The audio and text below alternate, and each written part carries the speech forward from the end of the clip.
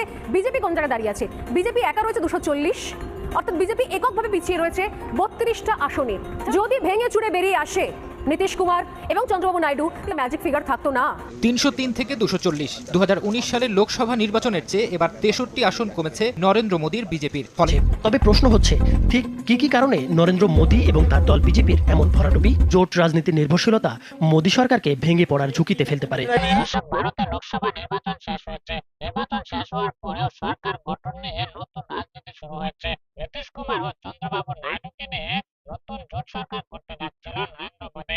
এবার তাদের দাবি দাবা পূরণ করতে পারছে না, তাই এবার শুরু হয়েছে নতুন চাঞ্চল্য। এই ভিডিওতে আপনাদেরকে দেখাবো কিভাবে ফেসে যাচ্ছেন নরেন্দ্র মোদী, এমনকি কি কারণে এত আসন তিনি কম পেয়েছেন। আসুন বিস্তারিত এই প্রতিবেদনে দেখে আসে। অবশ্যই ভিডিওটি না টেনে পুরো ভিডিওটি দেখবেন। চ্যানেলে নতুন হলে সাবস্ক্রাইব করে রাখবেন পরবর্তী আপডেট পাওয়ার জন্য।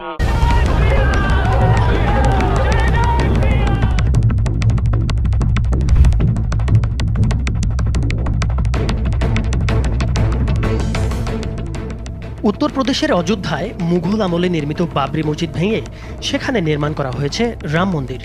এবারের লোকসভা নির্বাচন শুরুর ঠিক কয়েক মাস আগে মহা ধুমধামে সেই রাম মন্দির উদ্বোধন করেছেন ভারতের প্রধানমন্ত্রী নরেন্দ্র মোদী। ধারণা করা হচ্ছিল সেখানে বিপুল ভোটে জয় হবে নরেন্দ্র মোদীর নেতৃত্বাধীন বিজেপির। তবে ভোট গণনার পরে দেখা গেল তার উল্টো চিত্র। সেখানে সমাজবাদী পার্টির প্রার্থীর কাছে হেরে গেছেন বিজেপির প্রার্থী।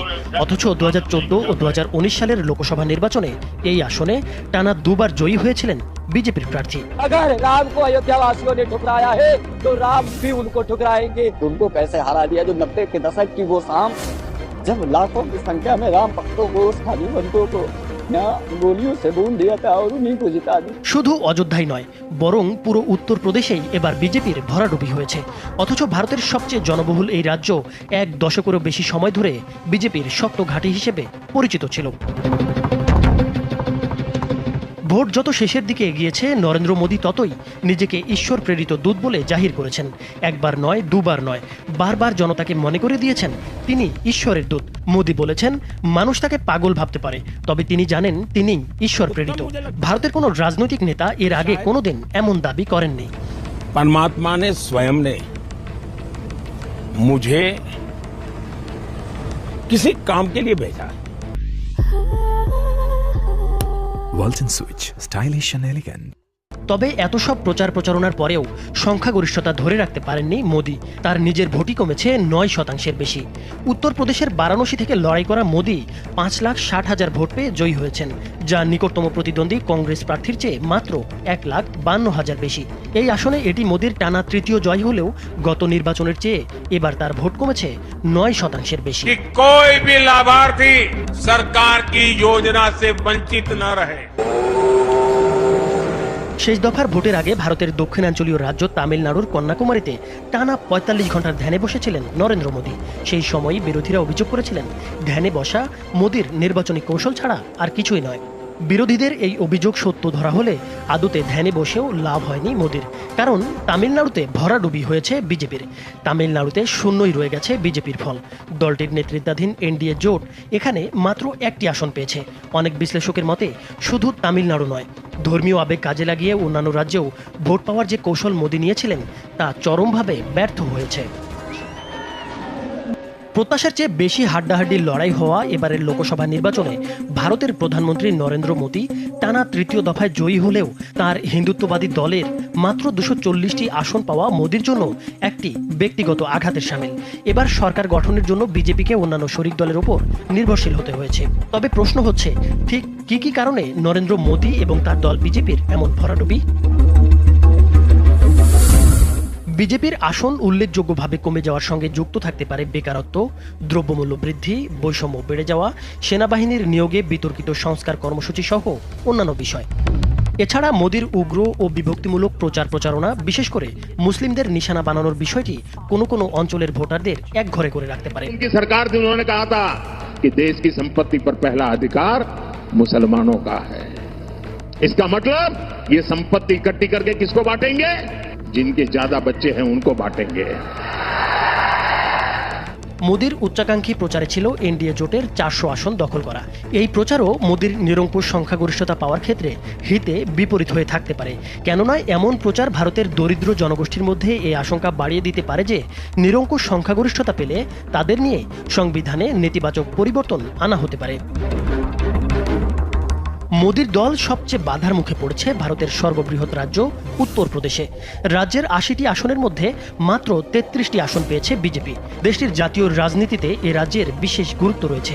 অনেকেরই ধারণা এ রাজ্য যার, দিল্লি তার। মোদির জনপ্রিয়তা ধরে রাখতে প্রাধান্য দেওয়া হয়েছিল মোদি ব্র্যান্ডে। দুর্বল বিরোধী দল ও বন্ধুসুলভ গণমাধ্যম এ ব্র্যান্ডকে প্রতিষ্ঠিত করতে সহায়তা করেছিল। কিন্তু নির্বাচনী ফলাফলে দেখা গেল মোদি ব্র্যান্ড একরকম জৌলুস হারিয়েছে। এক কথায় মোদিকে নিয়ে তার অনেক সমর্থক যেমনটা ধারণা করতেন, প্রকৃতপক্ষে অতটাও অজেয় নন তিনি। ভারতে অতীতে বিশৃঙ্খল জোট সরকারের ইতিহাস রয়েছে। সেক্ষেত্রে বিজেপিকে নিতে হবে অধিকতর পরামর্শমূলক ও বিচার বিবেচনাপ্রসূত দৃষ্টিভঙ্গির আশ্রয়। শরিকেরা নিজেদের অবহেলিত মনে করলে জোট রাজনীতির নির্ভরশীলতা মোদী সরকারকে ভেঙে পড়ার ঝুঁকিতে ফেলতে পারে। প্রথমেই দেখাবো মোট আসন যেখানে 543, ম্যাজিক ফিগার যেখানে 272, সেখানে এনডিএ জোট তাদের অবস্থান কোন জায়গায় রয়েছে। আমি আসবো একবার শুরুতে, যেদিকে নজর রাখছিলাম আমি।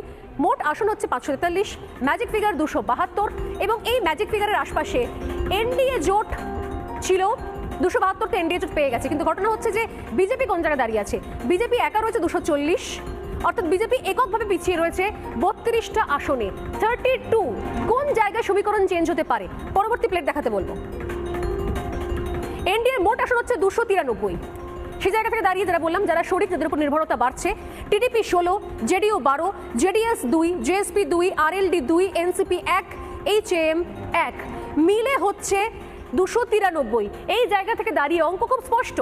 সবচেয়ে বেশি নির্ভরতা যে দুজনের ওপরে, অর্থাৎ যারা এই মুহূর্তে চূড়ান্ত বার্গেনিং করছেন, মন্ত্রক নিয়ে হোক বা অন্যান্য তাদের দাবি দেওয়া রয়েছে স্পিকার পদ থেকে শুরু করে আরো অনেক কিছু, সেগুলো থাকবে। কারণ তারাও জানেন যে টিডিপি এবং জেডিইউ যদি বেরিয়ে যায় তাহলে কোনোভাবেই ম্যাজিক ফিগারে পৌঁছানো সম্ভব হবে না। অর্থাৎ 16 আর 12 দুটো মিলে হচ্ছে 28। যদি 293 থেকে 28 চলে যায় তাহলে কিন্তু একটা বড়। সম্মানিত দর্শক, সম্পূর্ণ ভিডিওটি দেখলেন। এই ভিডিও সম্পর্কে অবশ্যই আপনার মূল্যবান মতামত কমেন্টে জানাবেন। দর্শক, ভারতের লোকসভা নির্বাচনে এবার চমক দেখিয়েছেন রাহুল গান্ধী, মমতা। দর্শক, প্রধানমন্ত্রী নরেন্দ্র মোদী কিন্তু আগে থেকে বলেছিলেন যে 400 আসনে আমি বিজয়ী হব। তিনি অহংকার করে যে বার্তা দিয়েছিলেন, সেই বার্তা এবার মিশতে চলেছে। সে 400 আসনে বাদ দিয়ে তিনি 300 আসনে পূরণ করতে পারল না। দর্শক, এই ভিডিওতে আপনারা দেখেছেন একই ঘনিষ্ঠতা না পাওয়ায় তিনি সরকার গঠন করতে যাচ্ছেন, জোট সরকার। জোটেরা এবার নানা দাবি করছেন। জোট সরকার তিনি কি দেখতে পারবেন কিনা, এ নিয়েও কিন্তু সন্দেহ উঠেছে। দর্শক, প্রধানমন্ত্রী নরেন্দ্র মোদী কিভাবে রাম মন্দির তৈরি করেছেন একটি বাবরি মসজিদ ভেঙে, তা নিয়ে কিন্তু সকলে কিন্তু হয়ে গিয়েছে তার উপর। সেজন্য কিন্তু তিনি অনেক ভোট কম পেয়েছেন, এমনকি অনেক আসন কম পেয়েছেন বলে জানা গিয়েছে। দর্শক, মুসলমানদের উপর এরকম নির্যাতন করায় কিন্তু তিনি এবার ফেঁসে গিয়েছেন। দর্শক, এই ভিডিওতে আপনারা যে তথ্যগুলো পেয়েছেন, সব বিষয় নিয়ে আপনার কি মতামত অবশ্যই জানাতে ভুলবেন না। এরকম ভিডিওগুলো নিয়মিত